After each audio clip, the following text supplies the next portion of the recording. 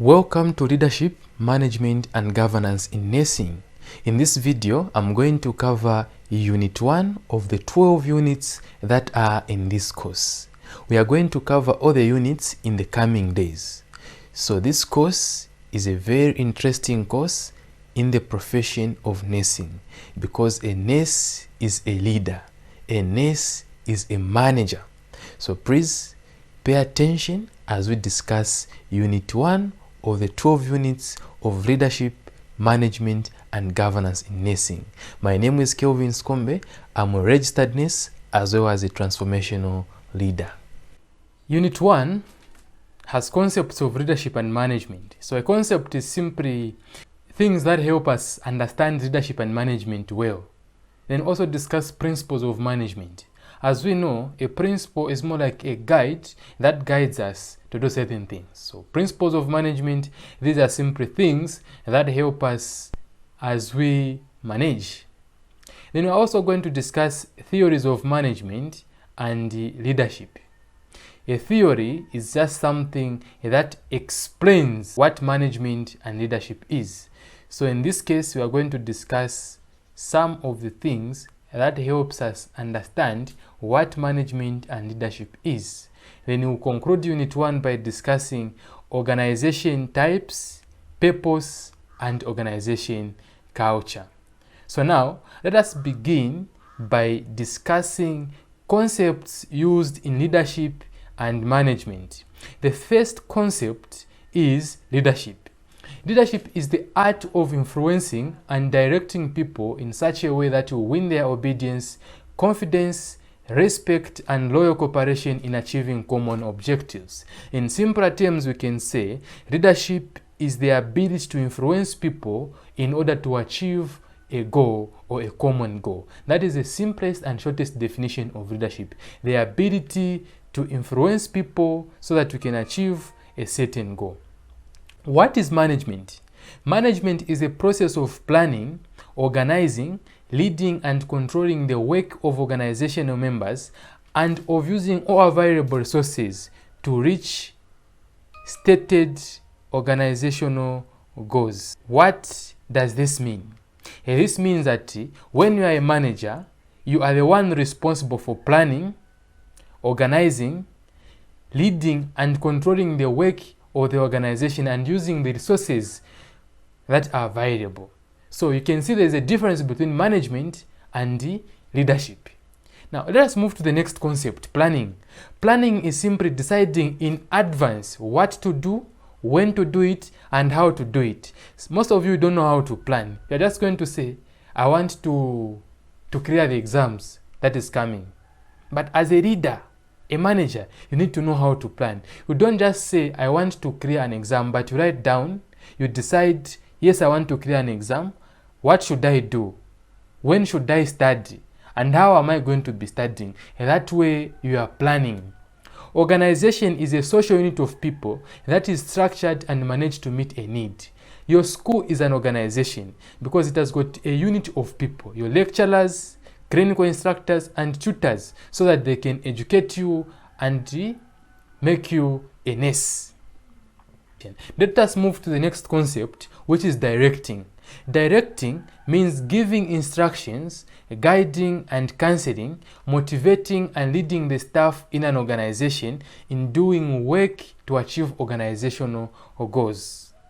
So what directing means is you are giving instructions, you are guiding and counseling your subordinates, motivating and leading the staff in that organization.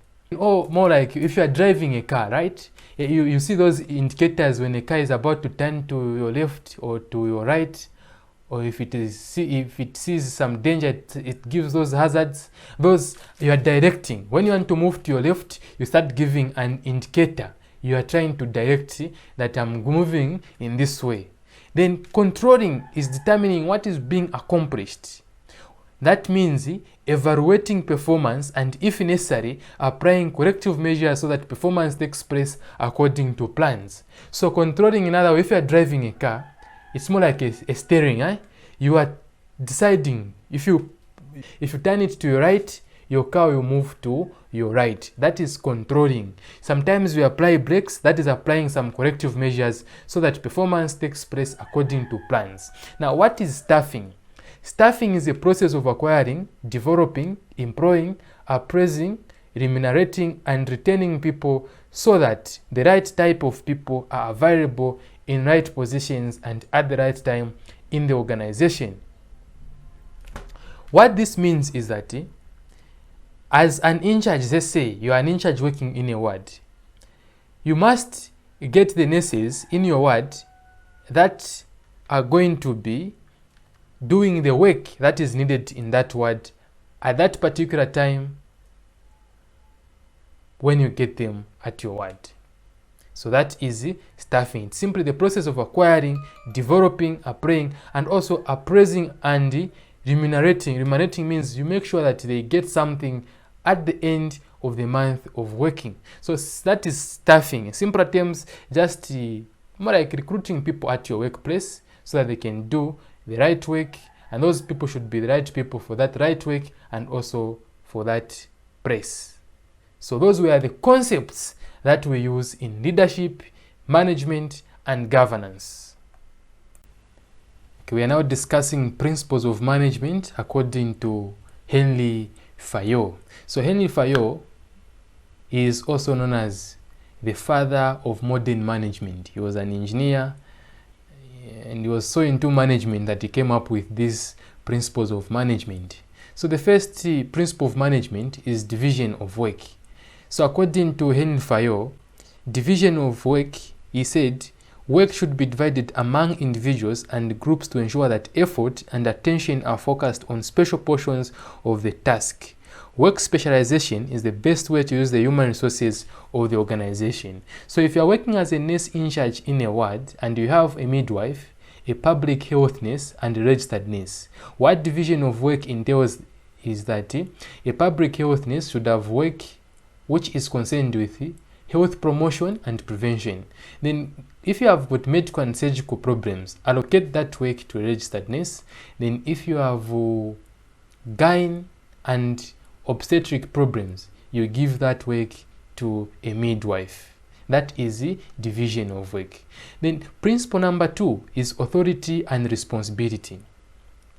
According to Henley Fayol, he said authority is the right to give orders and the power to exact obedience. So as an in-charge, you have the right to give orders to your subordinates. You can tell the nurse to go and cannulate that patient. You can tell the nurse to cannulate a patient or to catheterize a patient as a staff member. Then the responsibility is simply being accountable for the work that you are doing. That's why we say whoever assumes authority assumes responsibility. The third principle that we have is discipline. Discipline is simply being well behaved at a workplace. Your behavior towards work should be excellent. You should be that person who is very disciplined, who is well behaved as you do something. Henley Fayol says, discipline is the outward marks of respect in accordance with formal or informal agreements between organization and its employees. Your outward marks of respect in accordance with the formal or informal agreements between organization and its employees. Henley Fayol further says, a successful organization requires equal input from all workers, and penalties should be applied fairly to encourage this common effort. The next principle that we have is unity of command. All the employees should receive orders from only one manager. As an in-charge, you should make sure that directions are received only from you. You don't want commotion in a ward where a nurse can give, any nurse in the ward can give orders. No. The next one that we have is unity of direction. As an organization, you should move towards a common objective in a common direction. So if you have an objection of offering patient-centered care, that should be a direction in which you should move as an organization. There must be a unit of direction. The sixth principle is subordination of individual interest to the general interest. Your interest as a person should not take priority over the interest of the organization as a whole. Mostly, you want to put things in an organization as an individual, forgetting the general objectives of an organization. So I would give an example of, say, Jehovah's Witnesses don't receive bread. So you might find that a nurse is a Jehovah's Witness and they encounter a patient who wants to receive blood. So just because their interest as witnesses is not to receive blood, they should not put that on the patient, because the objection or the interest of the organization, which is the general interest, is to offer care to patients. So that nurse who is a witness should swallow that pride or that interest and offer that care to that patient.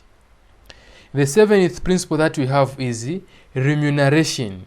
Workers or nurses should receive a pay for the work done. This is why most of you are doing nursing, because at the end of the day, you want to get paid and earn some money as a nurse. So remuneration should be your favorite. Whenever you're asked, quickly put remuneration and just say, at the end of the day, workers or nurses should get paid. If a question said, as an in-charge, how are you going to explain this? Say, as an in-charge, I would advocate for my nurses in the ward to make sure that they are paid on time and their pay is equal to the task. Let us continue with the next principles of management. The 80th principle that we have is centralization.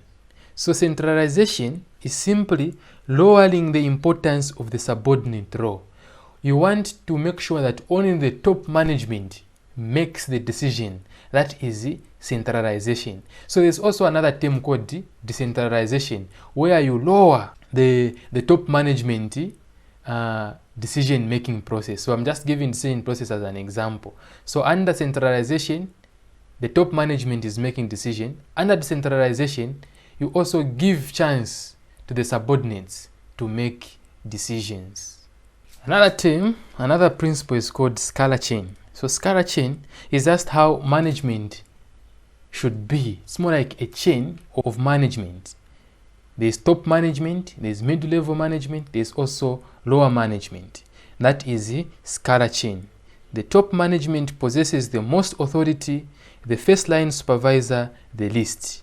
And the lower managers should always keep upper level managers informed of their work activities. So as an in-charge there, you possess a lot of authority and responsibility. Then these nurses that are working in your wards, yes, you have crew leaders, those ones should also make sure that whatever they do, you are informed as a manager. Then you also have order. For the sake of efficiency and coordination, all materials and people related to a specific kind of work should be treated as equally as possible. There must be that order. Then you also have equity. All employees should be treated as equally as possible. When you are working as a nurse, you are expected to be treated just like how another nurse would be treated. That's equity. Stability of tenure of personnel entails that retaining productive employees should always be a high priority of management. Recruitment and selection costs as well as increased product reject rates are usually associated with hiring new workers. So what we are saying is, under stability of tenure of personnel, you must strive to retain those nurses who are hardworking, because it is expensive to hire new ones. The 13th principle is initiative. Within the limits of authority and discipline, all levels of staff should be encouraged to show initiative. You must be able to think as a nurse who is working in a ward. That is the initiative. The last one is esprit de corps. Management should encourage harmony and general good feeling among employees. Esprit de corps is harmony among workers. There must be unity as you work as nurses. You should work together. That is a esprit de corps.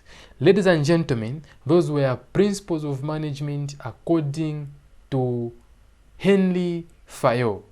These things, they do come in an exam, so make sure that you've written them down and you understand them by heart. Thank you very much. Let us now move to theories of management. The first theory of management is scientific management theory, which was pioneered by Frederick W. Taylor. You'll meet questions in NMCZ papers asking you to mention or state the name of a person who pioneered or who was the pioneer of scientific or classic management theory. It is Frederick W. Taylor. So scientific management emphasizes efficiency, standardization, and division of labor to maximize productivity. This could mean optimizing workflows and protocols to deliver care effectively when it comes to nursing. Then we have behavioral theory. Behavioral theory focuses on understanding human behavior and motivation. So when it comes to nursing leadership, you have to recognize individual needs and motivation to foster a supportive and productive work environment. So this theory states that the behavior and what motivates an individual to do work matters. So you have to pay attention to the behavior and what motivates that individual to do work. Then you also have contingency theory, which emphasizes that there is no one size fits all approach to leadership. So according to contingency management theory, this one is saying, no, there is nothing that one thing that you can do, that you can use when you are leading. You have to use multiple things. It is a theory that says that you have to use multiple theories in order to manage a certain thing. It ensures flexibility and responsibility. So when you have problem A, you have to approach it with solution A. When problem B comes, you don't use solution A, you develop solution B. That's what contingency management theory means. Then we have quantitative theory. Quantity, specifically it's related to data and mathematical models. So this one emphasizes the use of data and mathematical models to inform decision making. When it comes to nursing, this could involve analyzing patient outcomes and resource allocation to improve efficiency of care. Then you also have system management theory. This theory views organization as interconnected systems. When it comes to nursing, leaders must consider how various departments and processes interact to achieve common goals, fostering collaboration and coordination. So we would say under system management, just like the way we have systems in the body, the skeletal system, the digestion system, the nervous system, all these systems work together for us to function. That's what system management theory entails, that for work to be good, or for us to have a good workflow, they must be interconnected of departments. The IT department, the maintenance department, all of those departments should work together in order to deliver a good quality work.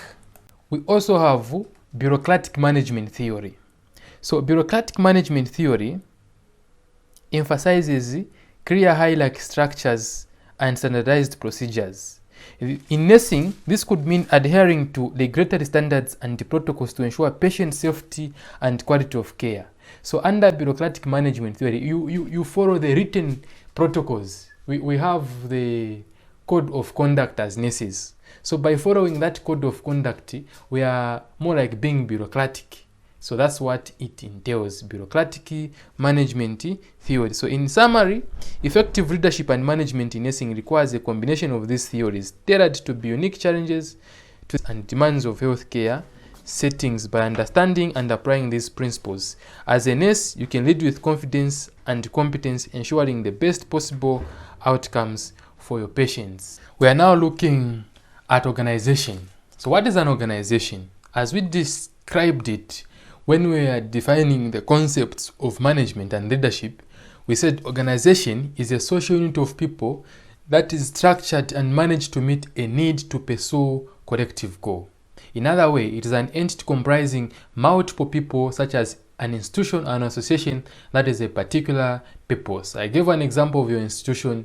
It is an organization with a particular purpose of training you.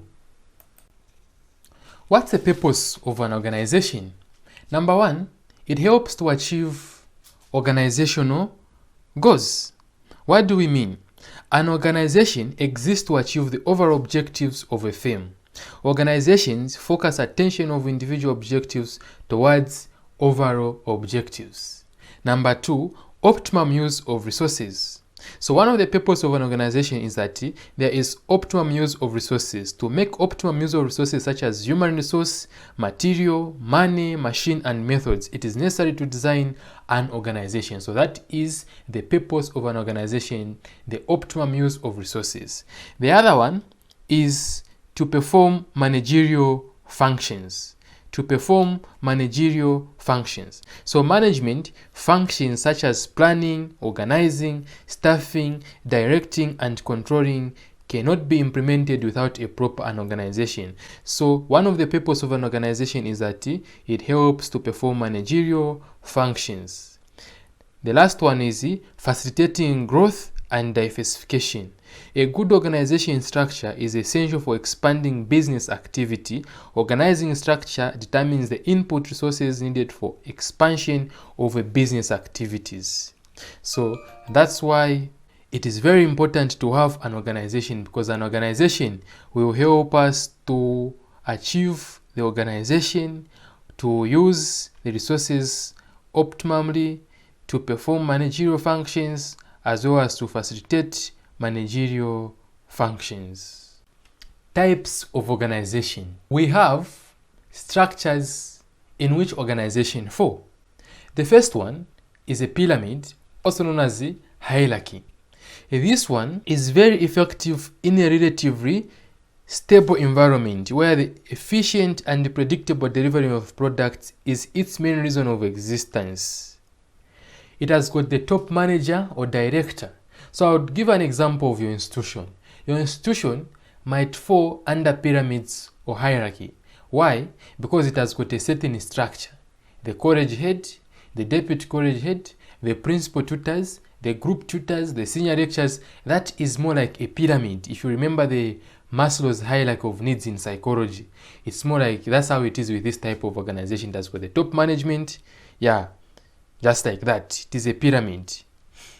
Then we have a committee and jury. So a committee and jury consist of a group of peers who decide collectively, such as by voting. Now we have a difference between a committee and jury. A committee usually performs further actions after the group reaches a decision. Then for a jury, once the decision has been made, work is complete. Then you also have matrix organization. Matrix organization assigned to two bosses to each worker, with each boss representing a different hierarchy. One hierarchy is functional and assures that experts in the organization are well trained and assessed by bosses who are highly qualified in the same areas of expertise. The other direction is executive and works to have the experts bring specific projects to completion. So projects can be organized based on products, regions, customer types, or other organizational needs. The matrix structure can combine the best parts of both separate structures.